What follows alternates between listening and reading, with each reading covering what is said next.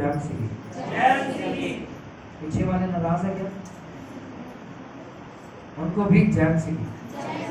Hallelujah hallelujah hallelujah. आपको नींद आ रही है क्या? और आपके आवाज से ऐसा प्रतीत होता है कि आपको नींद आ रही है। जिनको नींद नहीं आ रही है वो बड़ी ही धीमी आवाज में बोलेंगे हालेलुया, और थोड़ा धीमी आवाज में बोलेंगे हालेलुया हालेलुया। कितने लोग हैं जो कहते हैं कि मैं बहुत सालों से एक चीज के लिए प्रार्थना कर रहा हूं और उसका उत्तर नहीं आ रहा? आप में से ऐसा कोई है? और कोई? जहां तक मुझे पता लगभग सभी ऐसे ही हैं जिनकी जिंदगी में कोई ना कोई ऐसी सिचुएशन है जिसको लेके वो परेशान है और वो कहते हैं कि मेरी प्रार्थना का उत्तर नहीं आता है। क्या नहीं आता है? प्रार्थना का उत्तर नहीं आता है। Hallelujah hallelujah. पर आज हम ऐसी ही कुछ बातों के ऊपर डिस्कस करेंगे जिनके कारण हमारी प्रार्थना का उत्तर हमारे पास नहीं आता।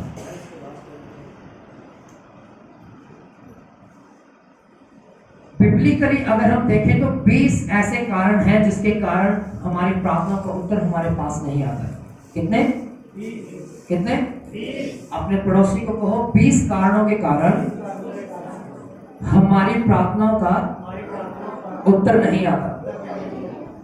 उनमें से आज हम 5 ऐसे कारणों को देखेंगे जो सबसे महत्वपूर्ण है और परमेश्वर की नजर में घृणित है। हालेलुया। और आपको इन पॉइंट जो मैं आपको दूंगा, आज बताऊंगा, आपको लिखना भी है और अपने अंदर जांचना भी है कि क्या आपके अंदर ये कमियां हैं या क्या ये बातें हैं जिनकी वजह से आपकी प्रार्थनाओं के उत्तर नहीं आ रहे हैं। सबसे पहले हम निकालेंगे याकूब की किताब, पेज नंबर है 318। याकूब की किताब 1 अध्याय और उसके 6 वचन को मैं आपके लिए पढ़ूंगा। याकूब की किताब 1 अध्याय उसके 6 वचन को मैं आपके लिए पढ़ूंगा। पेज नंबर है 318। यहां पर लिखा है, पर विश्वास से मांगे और कुछ संदेह ना करें, क्योंकि संदेह करने वाला समुद्र की लहर के समान है जो हवा से बहती और उछलती है। मैं फिर से आपके लिए पढ़ रहा हूं दोबारा से। 6 में लिखा है, पर विश्वास से मांगे और कुछ संदेह ना करे, क्योंकि संदेह करने वाला मनुष्य समुद्र की लहर के समान है जो हवा से बहती और उछलती है। किससे मांगना है? सभी बोले किससे? सभी बोले किस चीज से? विश्वास से मांगना है। और क्या नहीं करना? संदेह नहीं करना है, यानी शक नहीं करना है। तीसरी बात कहता है, क्योंकि संदेह करने वाला व्यक्ति समुद्र की लहरों के समान है जो हवा से उछलता है। Hallelujah hallelujah. सबसे पहला पॉइंट आपको जो नोट करना है कि आपकी प्रार्थना का उत्तर क्यों नहीं आता, सबसे पहला पॉइंट है शक करना। क्या करना? अर्थात संदेह करना। संदेह परमेश्वर के विश्वास, परमेश्वर के चमत्कार को आपकी जिंदगी में होने से रोकता है। क्या चीज है जो रोकती है? संदेह या कि शक। शक एक ऐसी चीज है जो आपकी जिंदगी में बड़ा मिरेकल होने से रोक देते हैं। आप समझ पा रहे हैं? समझ पा रहे हैं सभी? अगर समझ पा रहे हैं तो आपको सिर्फ मेरी तरफ देखना है, नीचे ना देखिए। जब आपको लिखना है तो आप सिर्फ उसी समय नीचे देखना, बाकी समय आप मेरी तरफ देखिए। शक एक ऐसी चीज है, बाइबल कहती है, जो मिरेकल को हमारी जिंदगी में आने से रोकता है। हालेलुया। शक एक ऐसी चीज है जो हमारी जिंदगी में मिरेकल को अर्थात चमत्कार को होने से रोकता है। एक बार एक व्यक्ति यीशु मसीह के पास आता है और उसके बेटे के अंदर ऐसी दुष्ट आत्मा होती है जो उसे कभी पानी में गिराती है, मारने की कोशिश करती है, और कभी आग में गिराकर जलाने की कोशिश करती है। वो व्यक्ति यीशु मसीह के पास आया और उसने कहा कि हे गुरु, अगर तुझसे हो सकता है तो उसे चंगा कर। क्या कहा उसने? अगर तुझसे हो सकता है तो इसे चंगा कर। यीशु मसीह ने कहा ये क्या बात है जो तूने मुझसे कही कि अगर तू कर सकता है या तेरे से हो सकता है। बाइबल कहती है विश्वास करने वाले के लिए सब कुछ हो सकता है। हालेलुया। यीशु मसीह ने कहा यदि तू विश्वास करे तो ये अभी चंगा हो जाएगा। और उसने कहा मैं विश्वास करता हूं कि मेरा बेटा चंगा हो जाएगा। यीशु मसीह ने कहा ये अभी आजाद है और दुष्ट आत्मा उसे छोड़कर चलेगी। Hallelujah, hallelujah. शब्द ना करना ही आपकी जिंदगी में एक बड़े फेथ को पैदा करता है और आपके मिरेकल को लेकर आता है। शब्द ना करना, जो कोई व्यक्ति शब्द करता है परमेश्वर उसकी जिंदगी में काम नहीं करता है। ये पहला कारण है कि आपकी प्रार्थनाओं का उत्तर आज तक रुका हुआ है, चाहे आप 40 साल से मसीह में क्यों ना हो। Hallelujah, hallelujah. बहुत सारी ऐसी उदाहरणें हैं बाइबल में। बाइबल में लिखा है पतरस ने यीशु मसीह से कहा मैं भी पानी पर चलना चाहता हूं। कहां पर? सभी बोले कहां पर? पानी पर चलना चाहता हूं। यीशु मसीह ने उसे क्या कहा? तू नहीं आ सकता या तू नहीं चल सकता, ऐसा कहा यीशु मसीह ने? तो क्या कहा यीशु मसीह ने? यीशु मसीह ने कहा आजा। हालेलुया। और बाइबल में लिखा कि वो पानी के ऊपर चलने लग गया। किसके ऊपर? पानी के ऊपर चलने लग गया। और जो पानी की जो ग्रेविटी थी वो उसे नीचे नहीं खींच रही थी, बल्कि परमेश्वर की सामर्थ के द्वारा आप वो पानी के ऊपर चल रहा था। जैसे ही उसका ध्यान परमेश्वर मसीह से हटकर उस लहर के ऊपर गया और उसकी जिंदगी में, उसके मन में शब्द आया कि अब मैं डूब जाऊं। Hallelujah, hallelujah. फिर वो डूबा कि नहीं डूबा? डूब गया। और फिर उसने आवाज लगाई हे यीशु मसीह, हे गुरु मेरी मदद कर। और यीशु मसीह ने अपना हाथ बढ़ाया और उसे पानी पर खड़ा कर दिया। Hallelujah, hallelujah. जो कोई शब्द करता है वो समुद्र की उन लहरों के समान है। जब समुद्र में हवा चलती है और लहरें उछलती हैं, फिर बैठ जाती हैं, फिर इधर चले जाती है, कभी उधर चले जाती है। उस लहर के मानित वह व्यक्ति है जो शब्द करता है। Hallelujah, hallelujah. पहला पॉइंट क्या है? शब्द करना, जो आपकी जिंदगी में आपकी प्रार्थनाओं का उत्तर नहीं आने देता है। हालेलुया। अब दूसरा पॉइंट, याकूब की किताब 4 अध्याय उसके 3 वचन को मैं आपके लिए पढ़ रहा हूं। कहता तुम मांगते तो हो और पाते नहीं हो, इसलिए कि तुम बुरी इच्छा से मांगते हो ताकि अपने भोग विलास में उड़ाओ। आप ध्यान से सुनिए। कहता तुम मांगते तो हो पर तुम्हें मिलता नहीं है। वो मिलता क्यों नहीं है? क्योंकि तुम सिर्फ अपने लिए चाहते हो ताकि तुम अपने ही भोग विलास में उसे उड़ाओ। फॉर एग्जाम्पल, कोई व्यक्ति कहता कि परमेश्वर मुझे पैसे की आशीष चाहिए। किस चीज की? पैसे की आशीष चाहिए। और परमेश्वर आपसे बढ़कर, मुझसे बढ़कर खुद वो आपको जानता है। मैं इतना आपको नहीं जानता, आप भी इतना आपको अपने आप को नहीं जानते, पर परमेश्वर आपको और आपके आने वाले फ्यूचर को भी जानता है। हालेलुया। यहां पर लिखा है तुम मांगते तो हो पर पाते नहीं हो। इसलिए नहीं पाते क्योंकि तुम पूरी इच्छा से मांगते हो, क्योंकि अपने ही भोग विलास में से उड़ा देना चाहते हो। हालेलुया। किसमें? भोग विलास में। एक व्यक्ति कहता है कि पास्टर जी मेरे लिए प्रार्थना करो कि मेरा बिजनेस नहीं चल रहा, मेरा बिजनेस, और उसके पीछे उसका ही स्वार्थ होता है, उसी का लालच होता है कि मैं और ज्यादा पैसा कमाऊंगा। पैसा लगाने के बदले अगर मैं पैसा इन्वेस्ट करूंगा किसी चीज में तो पैसे से पैसा बनता है। ये सभी ने सुना ना कि पैसे से पैसा बनता है। पैसा पहले किसी चीज में लगाना पड़ता है, फिर उसका फल हमारी जिंदगी में नजर आता है।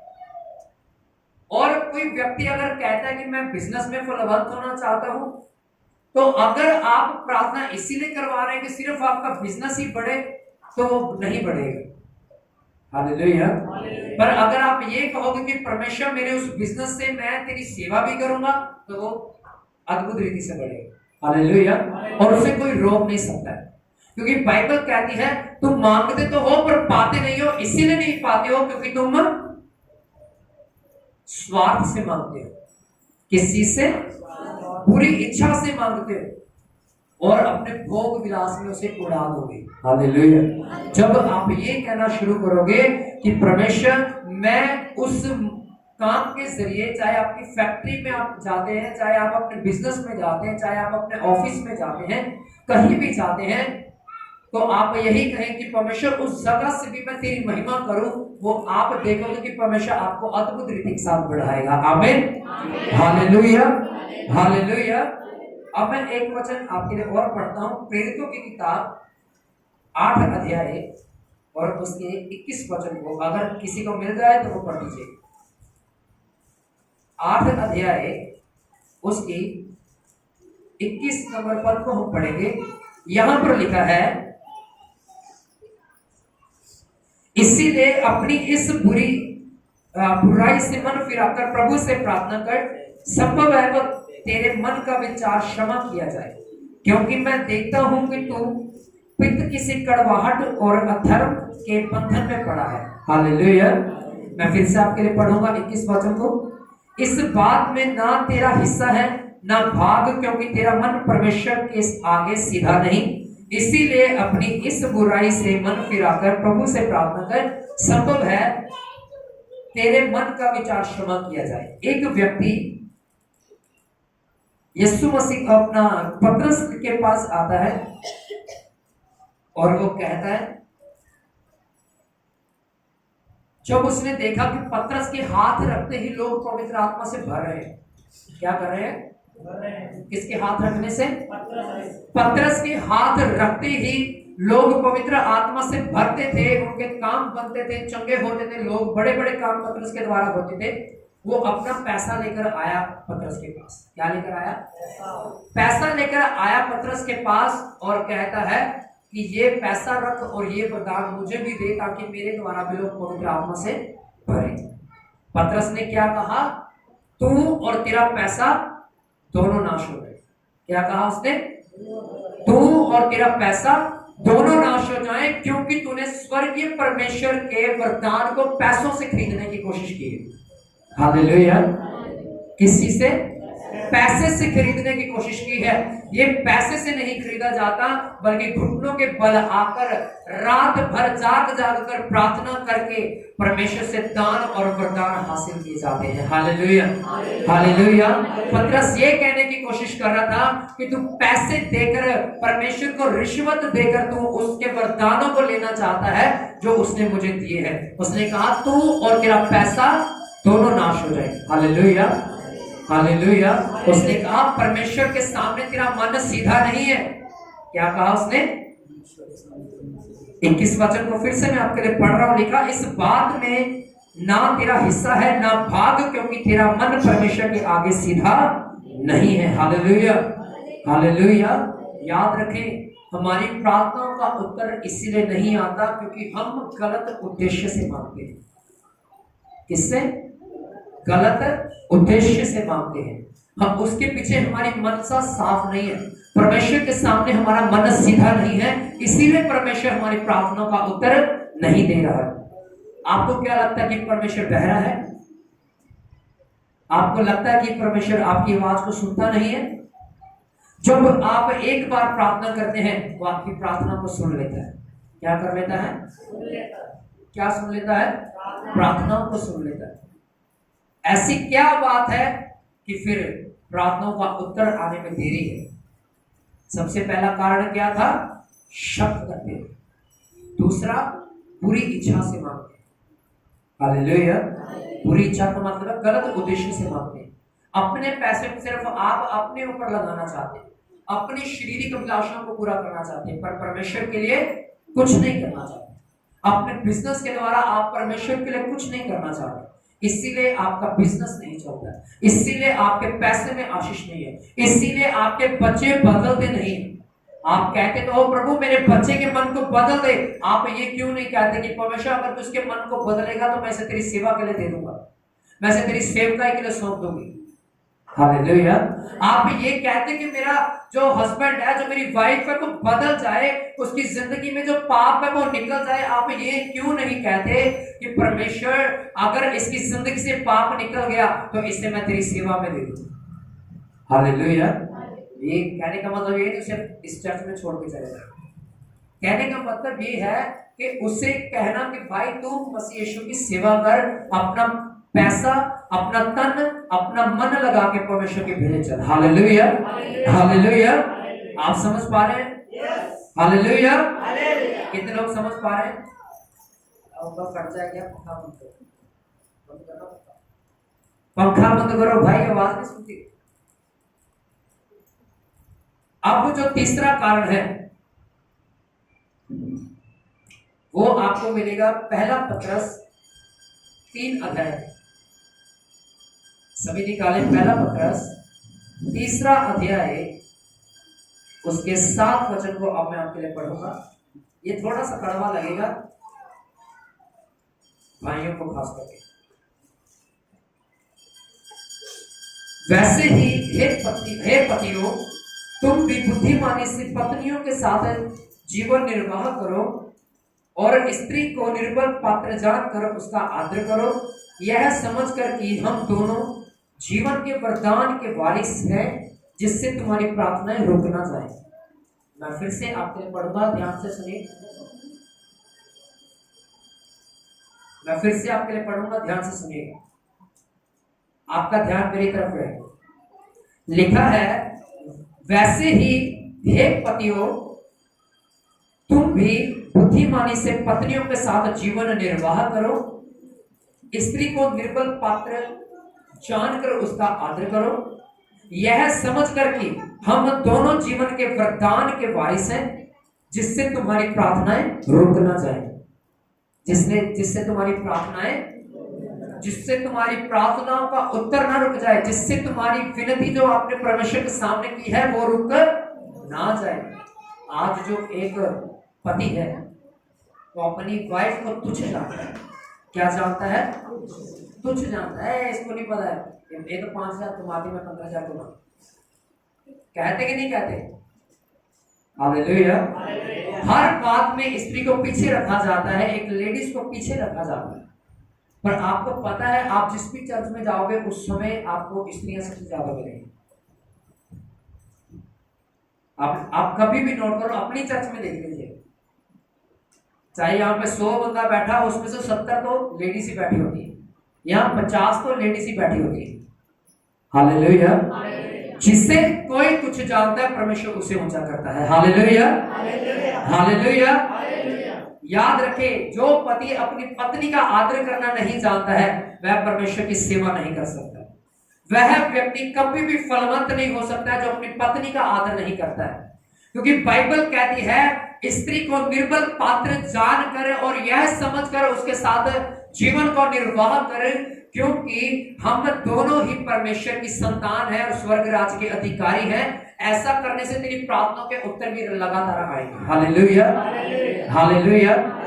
और यही बात मैं पत्नियों को भी कहना चाहूंगा, जितनी बहनें इस जगह पर है, जितनों की शादी हो चुकी होगी, उनसे भी यही मैं विनम्र विनती करना चाहूंगा कि अपने पतियों का भी आदर करिएगा, क्योंकि ग्रंथियों की किताब में लिखा है जो मसीह है वो सिर है और जो पत्नी का जो सिर है वो उसका पति है। हालेलुया। जो एक लेडीज है, जो एक वाइफ है, उसका पति, उसका जो सिर है वो कौन है? उसका पति है। और पति का सिर मसीह है और मसीह का सिर कौन है? परमेश्वर, अर्थात वो स्वर्ग पिता जो सिंहासन पर विराजमान है। Hallelujah, hallelujah, hallelujah. कितनों को नींद आ रही है? आप में से कितने हैं जिनको नींद आ रही है? नींद किसको नहीं आ रही? लेट समझ आया? नींद कितनों को नहीं आ रही? नहीं आ रही। वो अपने हाथ को ऐसा उठाए और ऐसा हिलाए। अपने पड़ोसी को बोलो सोना नहीं है, गुस्सा भी नहीं करना। Hallelujah, hallelujah. बाइबल कहती है जो पति अपनी पत्नी का आदर नहीं करता है वह परमेश्वर को क्या करता है? निंदित करता है। निंदित का मतलब शर्मिंदा करता है। और जो पत्नी अपने पति का आदर नहीं करती, रिस्पेक्ट नहीं करती है, वह परमेश्वर के सिर का आदर नहीं करती, अर्थात मसीह का आदर नहीं करती। हालेलुया। बहुत सारे लोग हैं जिनके घरों में कलेश रहता है, रहता कि नहीं रहता? कह तू कुछ नहीं कर सकती, तेरे से नहीं बन पड़ेगा ये, मेरे अंदर ज्यादा ताकत है, मन मार तू। हालेलुया। ऐसा कहते कि नहीं कहते? तेरे से बन नहीं पड़ेगा, मैं करके दिखाऊंगा, 10 किलो तो तेरे से उठाया नहीं जाता। कहते कि नहीं कहते? मैंने बहुत बार सुना है ऐसे, बहुत सारे ऐसे केस आते हैं फेसबुक पर, मुझे बहुत सारे मैसेज आते हैं कि मेरा पति है जो मेरी रिस्पेक्ट नहीं करता है, वो मसीह में बहुत अच्छा है, चर्च में जाता, आत्मा से भरता, कूदता, गिरता, दीवारों में बसता है।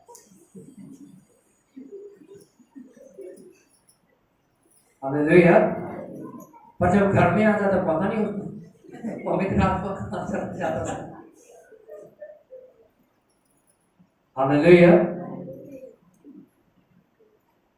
अगर ये सब चीजें आपकी जिंदगी में है तो इसका मतलब है कि आप परमेश्वर का आदर नहीं करते और आप परमेश्वर की आज्ञा को तोड़ रहे हैं।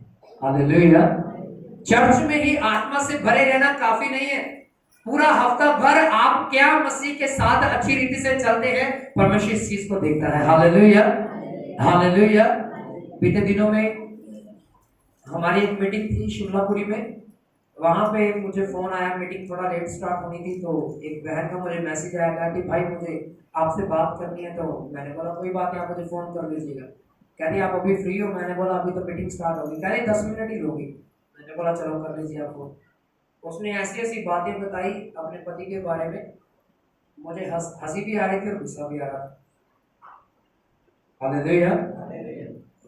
कहती मुझे कहता तू तो कुछ भी नहीं कर सकती, तूने ठगी है, तू नकारा है, काम पे तो तू जाती नहीं है, 2000 तेरे से कमा नहीं होता। हालेलुया। और कहता वो मुझे मारता भी पीटता है, पर जब चर्च में जाता है बड़ा अच्छा रहता है, वहां से बड़े प्यार से बात करता है। शायद लोगों को दिखाना होता है कि मैंने बहुत प्यार करता अपनी पत्नी से, मेरे जैसा कोई अच्छा पति है ही नहीं इस दुनिया में। हालेलुया। अगर दिखावा आपकी जिंदगी में है तो परमेश्वर भी आपको फटकारेगा, क्योंकि परमेश्वर पाखंड के विरुद्ध खड़ा होता है। हालेलुया। हालेलुया। तीसरा पॉइंट है कि आपको अपने पति का और पति को अपनी पत्नी का आदर करना पड़ेगा। ये सबसे बड़ा कारण है कि आपकी प्रार्थना का उत्तर आपकी जिंदगी में नहीं आता है। हालेलुया। समझ पाए? पहला, शक करते हैं। दूसरी बात कि गलत उद्देश्य से मांगते हैं। तीसरी बात कि अपना जो एक स्त्री है वो अपने पति का, और जो पति है अपनी पत्नी का आदर नहीं करता है, इसीलिए आपकी प्रार्थना का उत्तर नहीं आता।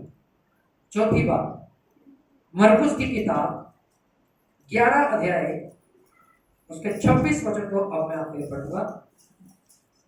11 अध्याय उसकी 26 आयत को मैं आपके लिए पढ़ रहा हूं।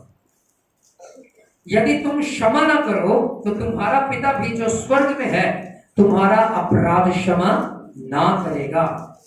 मैं फिर से आपके लिए पढ़ रहा हूं, मरकुस की किताब 11 अध्याय उसके 26 वचन में लिखा, यदि तुम क्षमा ना करो तो तुम्हारा स्वर्गीय पिता भी तुम्हारे अपराधों को क्षमा ना करेगा। हालेलुया।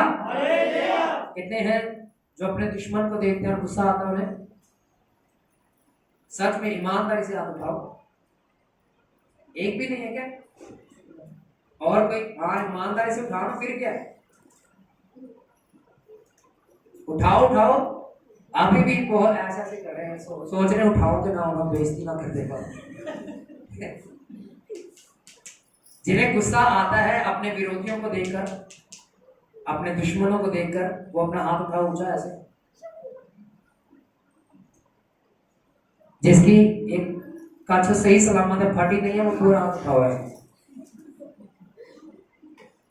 हालेलुया। तो आप सुनिए ध्यान से, यहां पर क्या लिखा है? यदि यीशु मसीह ने कहा यदि तुम अपने अपराधियों को क्षमा नहीं करोगे तो जो तुम्हारा स्वर्गीय पिता है वो भी तुम्हारे अपराध क्षमा करेगा। करेगा कि नहीं करेगा? नहीं करेगा। हालेलुया। याद रखें, जब तक हम क्षमा नहीं करेंगे लोगों को, दूसरी बात, क्षमा करके भूलेंगे नहीं उनके अपराधों को, परमेश्वर भी हमारे अपराधों को क्षमा नहीं करेगा और भूलेगा नहीं। एक बात पहला थिस्सलुनीकियों में लिखी, वहां पर लिखा कि परमेश्वर जब हमारे अपराधों को क्षमा कर लेता है वो फिर कभी उन्हें याद नहीं करता है। क्या नहीं करता उन्हें? सभी बोले क्या नहीं करता? याद नहीं करता। जब उस मान लीजिए कोई मैंने गलती की और परमेश्वर से मैंने माफी मांगी, जब मैंने उससे माफी मांग ली, उसने मेरा अपराध क्षमा कर दिया, वो मुझे उठाना नहीं देगा कि तूने ये पाप किया। हालेलुया। पर आजकल कलीसियाओं के लोगों में ये होता है, तूने तो पिछली बार भी ये किया था ना, मैं भी तेरे साथ ऐसा किया। तूने 1 साल पहले ये किया था ना मेरे साथ, मैं भी तेरे साथ ऐसा किया। हालेलुया। फिर सालों के गड़े मुर्दे निकालने लग जाते और उसमें से बहुत बदबू आती। जब 4 दिन किसी मुर्दे को मरे हो जाते हैं, उसकी कब्र के जब आप पास जाओगे और उसकी कब्र को खोदोगे तो बहुत ज्यादा स्मेल आएगी कि नहीं आएगी? ऐसा ही होता है जब आप पुराने गड़े मुर्दों को निकालते उसमें से बहुत ज्यादा स्मेल आती है और फिर नाक भी बंद कर लो तभी आती है। हालेलुया। जितना आप पीछे की बातों को याद करोगे आप उतना ही खेदित होंगे, उतना ही दुखी होंगे और परमेश्वर भी आपसे उतना ही ज्यादा दुखी होगा। हालेलुया।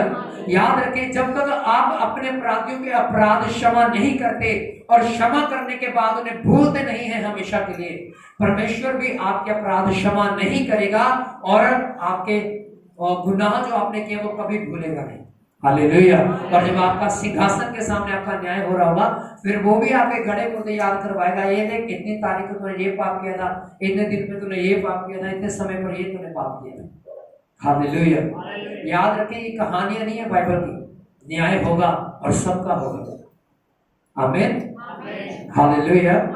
अगर मैं यहाँ पर कहूँ कि परमेश्वर आपको बड़ी आशीष देगा, आप सभी चिल्लाकर बोलोगे आमीन।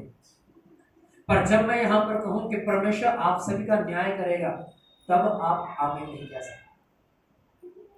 हालेलुया। क्योंकि हमें पता है कि हमारे अंदर कौन कौन सी गलती है, हमें पता है कि हमारे अंदर कौन कौन से पाप है हमारी रगों में जो आज भी हमने नहीं छोड़े हैं। अगर मैं यहाँ पर कहूँ कि परमेश्वर आपको आने वाले साल में बड़ी बड़ी गाड़ियों से आशीषित करेगा, आप खड़े होकर कूदोगे फिर कहोगे आमीन। पर जब मैं कहूँ कि परमेश्वर आपकी जिंदगी को देखकर दुखी है और आपको ताड़ना देगा, आपको फटकारेगा, आपका आमीन उस समय निकलेगा नहीं। मैं मुझे लगता नहीं कि आपके मन में आमीन शब्द भी आएगा। बाइबल कहती है प्रकाशित वाक्य में, यूहन्ना को परमेश्वर ने कहा,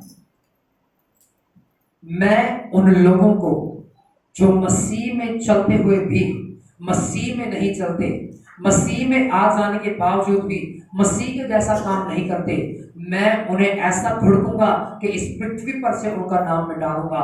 और आपको पता है यूहन्ना ने क्या कहा? 3 बार उसने चिल्ला के बोला आमीन, आमीन, आमीन। Hallelujah, hallelujah. ये है एक सच्चा धर्मी और ये है एक सच्चा अभिषिक्त परमेश्वर का दास और एक विश्वासी जो कहता है कि हाँ परमेश्वर अपना न्याय प्रकट करेगा और ऊंची आवाज में तब बोलता है आमीन। हालेलुया।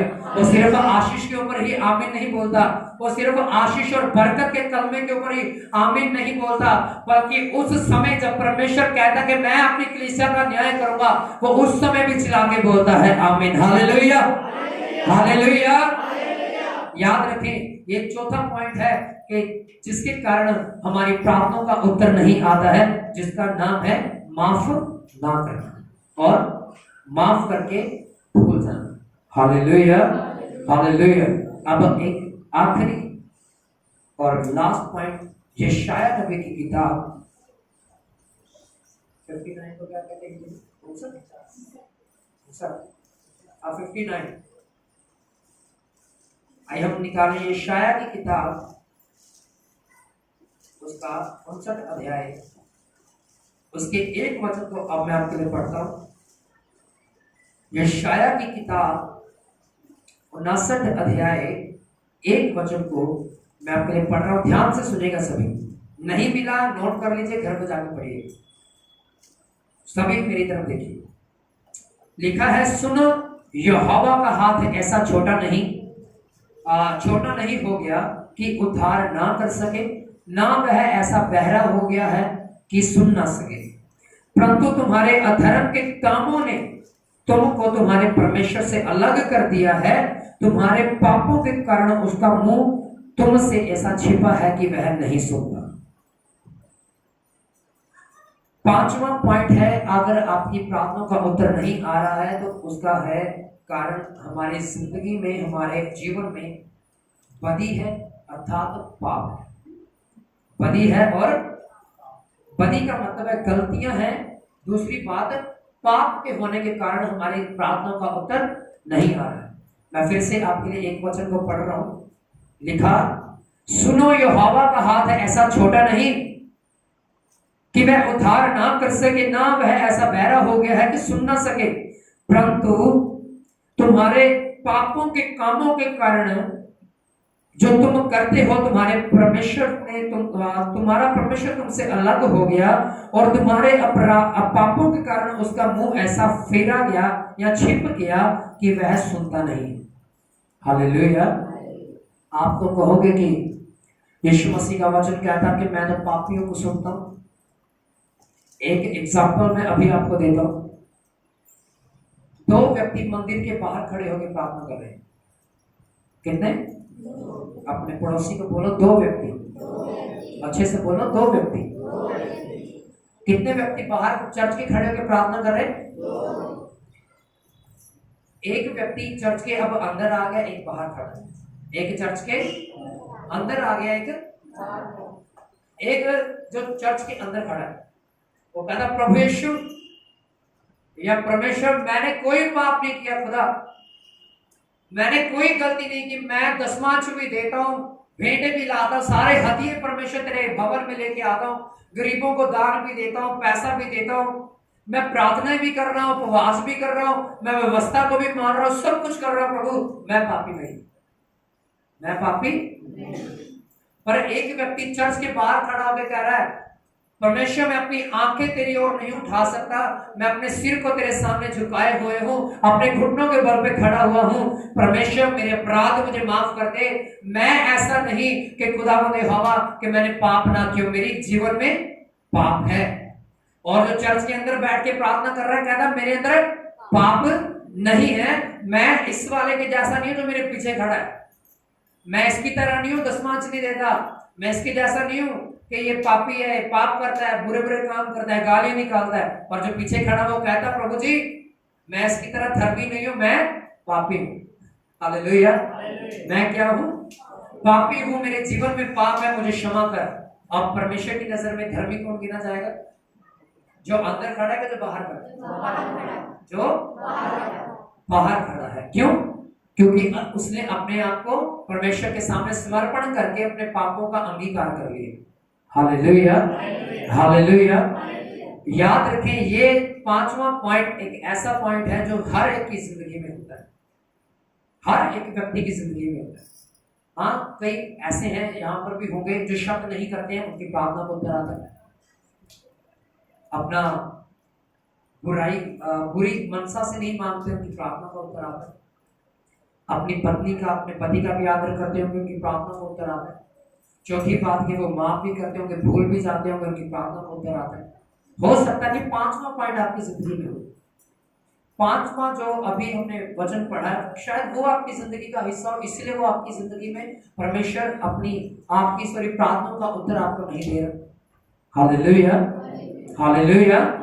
एक वचन मैं और आपके लिए पढ़ूंगा, भजन संहिता 66 अध्याय 66 का 18 वर्ष में आपके लिए पढ़ूंगा।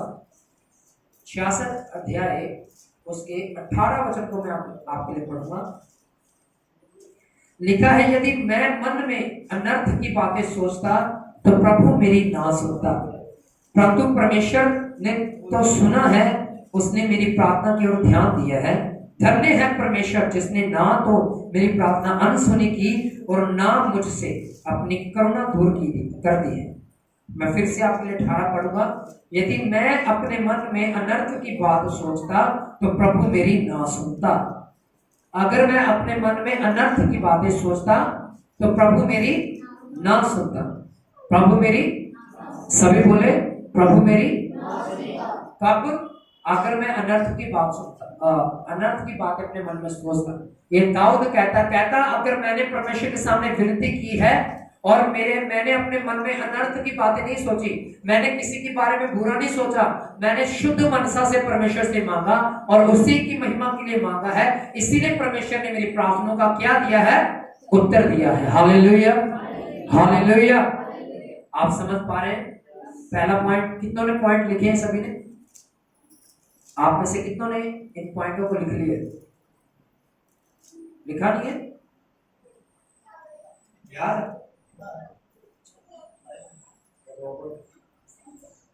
सबसे पहला पॉइंट, शक न करना। दूसरी बात, यानी कि अपने स्वार्थ के लिए ना मांगना। तीसरा, पति अपने पत्नी का आदर करे और जो पत्नी है अपने पति का आदर करे। चौथी बात, माफ, अपने बैरियों को, अपने विरोधियों को क्षमा करना और उनके पापों को भूल जाना। पांचवी बात, अभी अभी अभी तो पढ़, यानी कि हमारे अंदर बदियों का होना, और दूसरी बात है कि पाप का होना। यही 5 कारण हैं जो हमारी जिंदगी में परमेश्वर की उत्तर को लेके आने में देरी करते हैं। हालेलुया। एक बात बोल के मैं वाइंड अप करता हूं। कितने लोगों ने दानियल के बारे में पढ़ा? कितने लोग हैं जिन्होंने दानियल के बारे में सुना? दानियल ने प्रार्थना किया परमेश्वर के सामने। किसने प्रार्थना किया? दानियल ने प्रार्थना किया परमेश्वर के सामने। और जब प्रार्थना में उसने कुछ मांगा, वो आपको पता है बहुत लेट उसका उत्तर मिला। कितने दिन लेट मिला था उत्तर पता? कितने? 21 दिन। कितना? 21 दिन उसकी प्रार्थना का उत्तर नहीं आया। पर आपको पता है उसकी प्रार्थना का उत्तर किसने रोक रखा था? बाइबल में लिखा, परमेश्वर ने अपनी प्रार्थना का उत्तर पहले दिन उसे दे दिया। उसने जैसी प्रार्थना की, परमेश्वर ने, जैसे हमने अभी पढ़ा 59 अध्याय में यशाया की, कहता वो बहरा नहीं है, वो उसके कान बंद नहीं हो गए कि वो आपकी आवाज को नहीं सुनता।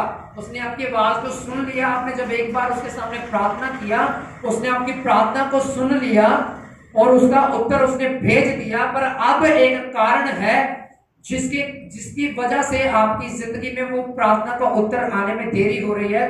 दानियल की जिंदगी में एक कारण था, वो था शैतान। क्या था? प्रार्थना का उत्तर लेके स्वर्गदूत नीचे आ रहा था। कौन आ रहा था? स्वर्गदूत उसकी प्रार्थना का उत्तर लेके नीचे आ रहा था, पर शैतान उससे लड़ने लग गया। किससे लड़ने लग गया? स्वर्गदूत से। और बाइबल कहती है वो उनका युद्ध होता ही रहा 21 दिन। और जब वो नीचे उतरा तब उसने कहा, हे दानियल, तू चिंता मत कर, तेरी प्रार्थना का उत्तर परमेश्वर ने पहले ही दिन दे दिया था। मैं आ रहा था आसमान से, जब मैं नीचे उतर रहा था तो शैतान की सेना मुझसे युद्ध करने के लिए खड़ी हुई और मैं उससे युद्ध करके उनके ऊपर फतह प्राप्त करके तेरे पास आया। Hallelujah, hallelujah. याद रखें, दानियल भी अपनी प्रार्थनाओं का उत्तर हासिल करने में उसको देरी हुई, और देरी इसीलिए हुई क्योंकि शैतान ने उसकी प्रार्थना को रोक रखा था। यानी कि स्वर्गदूत आसमान से उतर रहा था, और उतर रहा था जब शैतान की सेना ने उस स्वर्गदूत को घेरा और उससे युद्ध करना शुरू किया। युद्ध फिर भी परमेश्वर के एक स्वर्गदूत ने जीत लिया। Hallelujah, hallelujah. क्योंकि दानियल की प्रार्थना में क्या थी? सामर्थ थी। क्या थी? और उसने जो मांगा था परमेश्वर की महिमा के लिए मांगा था, और परमेश्वर ने और भी स्वर्गदूतों को उस जगह पर भेजा, और उस स्वर्गदूतों ने मिलकर शैतान की सेना को हराकर युद्ध को जीत लिया। Hallelujah, hallelujah. आप समझे? इन 5 कारणों के कारण हमारी जिंदगी में परमेश्वर देरी करता है प्रार्थना का उत्तर देने में। आइए हम सभी अपनी आंखों को बंद करें, अपने घुटनों के बल पे आ जाइए। जो लोग ये कहते हैं कि मेरी प्रार्थना